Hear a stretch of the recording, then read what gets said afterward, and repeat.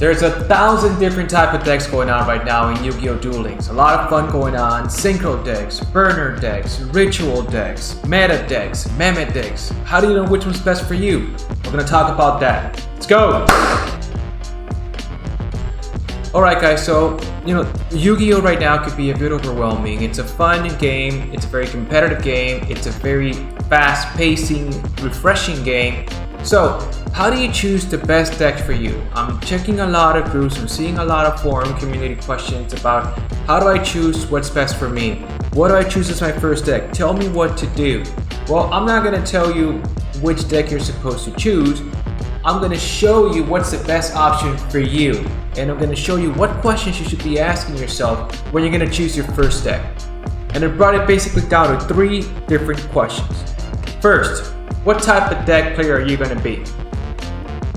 Number 2, how much time, how much of your resources are you going to give the game? Are you going to be a free-to-play player? Are you going to be a competitive whale? Be honest with you. Are you going to play it for fun? Or are you going to play it for competition? And number 3, exactly, how much fun, how much time are you going to set to your deck? First question, what type of player are you going to be? What type of deck? See, there's different type of players that are in Yu-Gi-Oh! There's the classic beatdown type, which is basically attack, attack, and attack. There's the strategist, basically it comes down to the Kaiba type deck, which is the Yami-Yugi type deck. But there's also the burner type deck, a deck that's basically a patient deck that basically poison versus your competitor. We also got the counter attack, the meme decks. We're gonna break them all down to you bit by bit. So let's start off with the beatdown deck.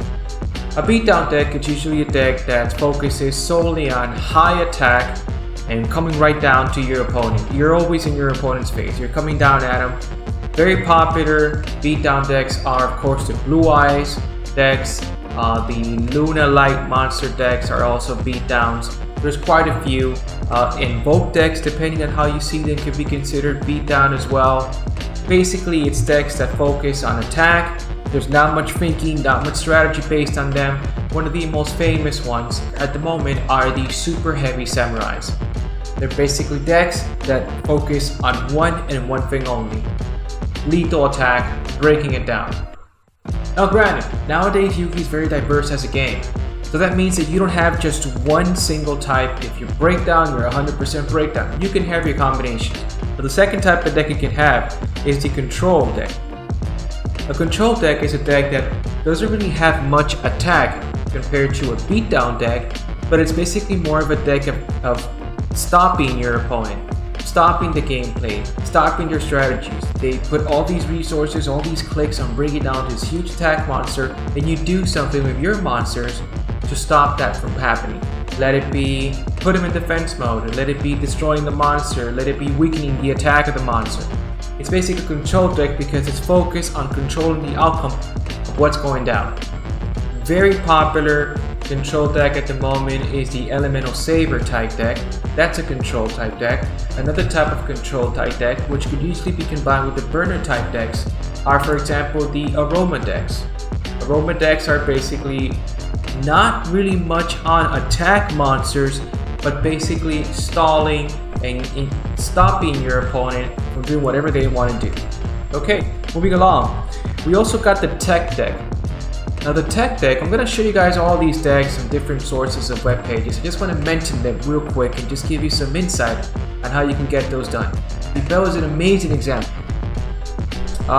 Where was I? Okay, the tech decks. Yubel is a great example of a tech deck. A tech deck is usually a deck that requires a lot of strategy, a lot of build-up, a lot of setup for you to come down at your opponent. Usually the tech decks, when they come down, when they create the strategies, it's really hard to get out of that strategy. But it's basically you putting all your resources into one strategic move. They usually pay off very well, but it's usually a brainer deck. It's a deck that you bring a lot of resources in and you gotta really think about a long-term strategy. It's not just bring down a monster, attack, get your monster destroyed, bring down another monster, revive. No, it's a deck that you gotta really sit down and build and think thoroughly what you're gonna do.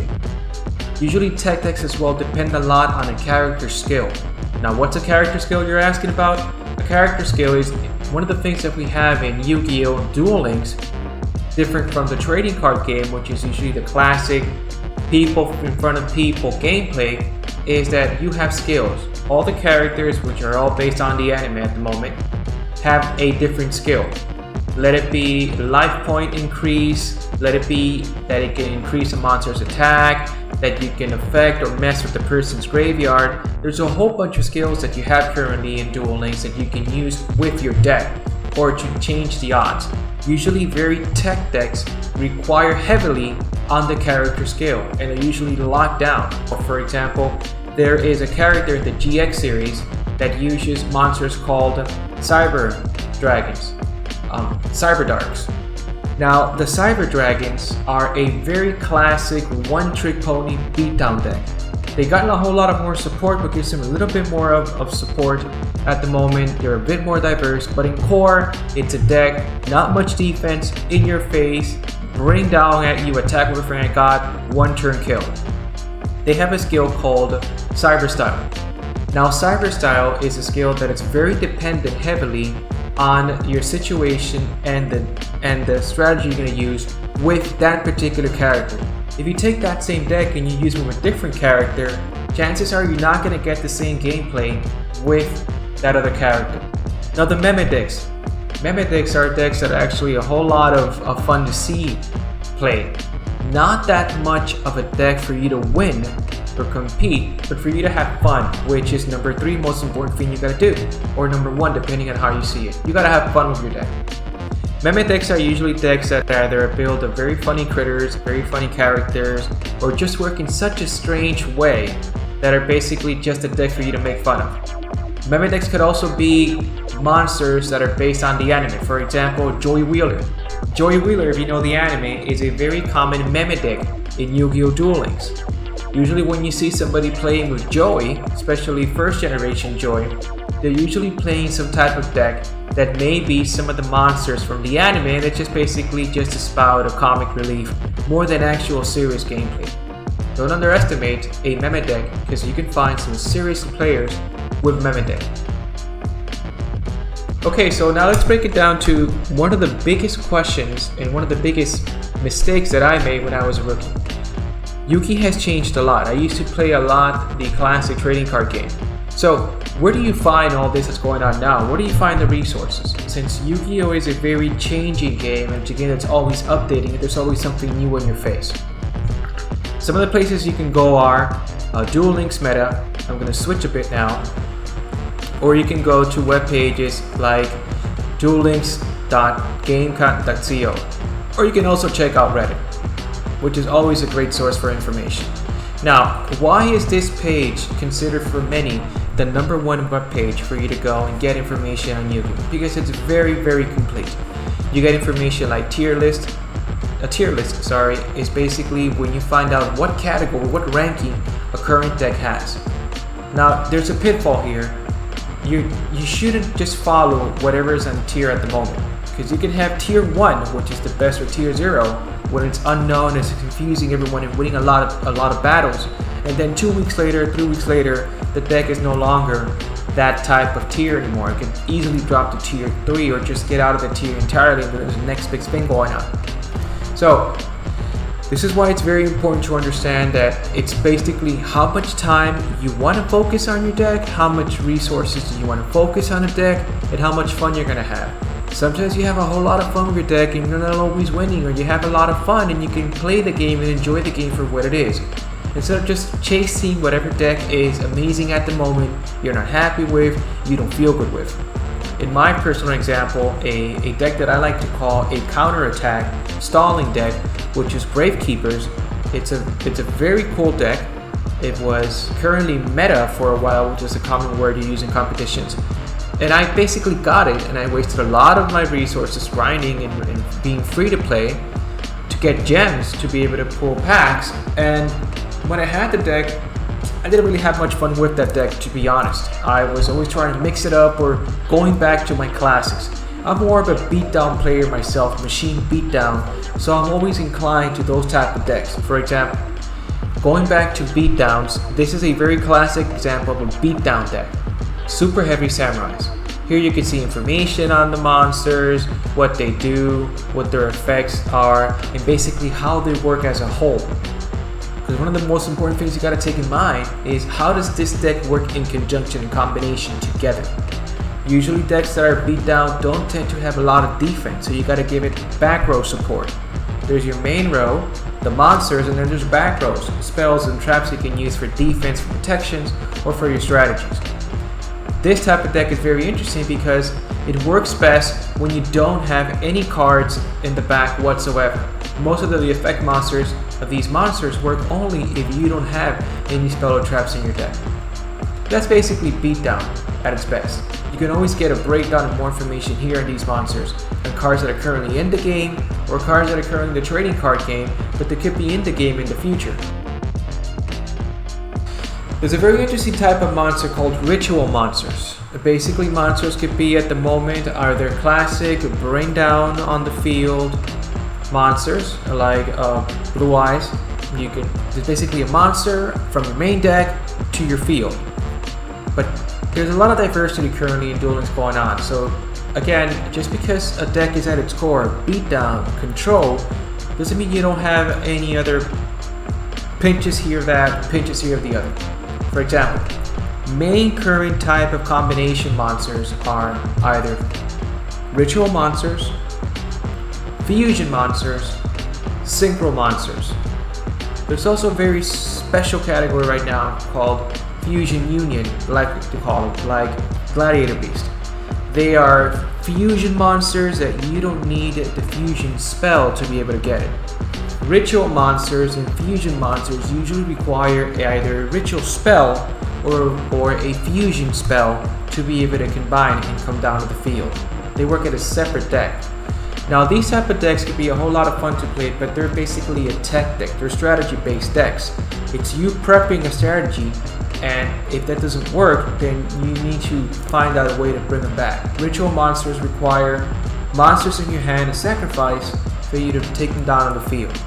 A very popular ritual monster, maybe a staple, is the Cyber Angel. Now Cyber Angels are very special to me, and I was trying to give them love for a long time.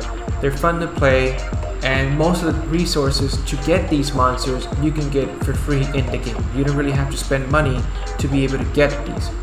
Now another example I was going to talk about was the burner type decks. This, for example, Stromberg, is a type of burner type deck. Now what's a burner type deck? Or a burn deck or a stall deck? It's a deck that's basically made to not only control your opponent, but basically poison your opponent, destroy your opponent bit by bit, turn by turn.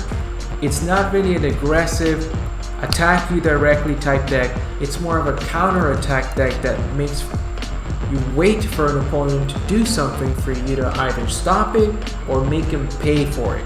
What do you mean by make him pay for it? That you affect them, you take out life points. This is a very common and very staple type of burner type control deck, because it's a deck that damages your opponent depending on what they do. All these monsters are basically made to affect your opponent. This is a very, very commonly seen monster when it comes to when you're using a burner type deck. If you're that type of player that wants a strategy that likes to see your opponent bit by bit destroy themselves. So if you're a troll, if you're the type of person that you just love making your friends get pissed off or your opponent angry, this is the type of deck for you. So guys, basically that's a very improvised breakdown on just getting the steps for Yu-Gi. Sorry it was a bit too long. It basically comes out of the following. What type of player do you want to be? How much time, resources, money do you want to spend on the game? Do you have fun? Do you not have fun with your deck? You don't have fun? Try something else. Don't just chase whatever is meta. Just work hard on whatever you want. Trust me from experience, I spent a lot of resources, a lot of gems, a lot of time, a lot of money, a lot of frustration trying to get a deck because I saw a guy using it on YouTube or on Twitch and he was amazing at it, he kicked ass, and then when I played it, it sucked, or by the time I got it, it was already nerfed, it was already banned. Try to get what's best for you. Check out mini boxes. current mini boxes, let it be whatever's fresh, whatever's in the last couple of months, are very good, very cheap, and a whole lot of fun. This was Luis. I hope you liked it, also known as the Meaner.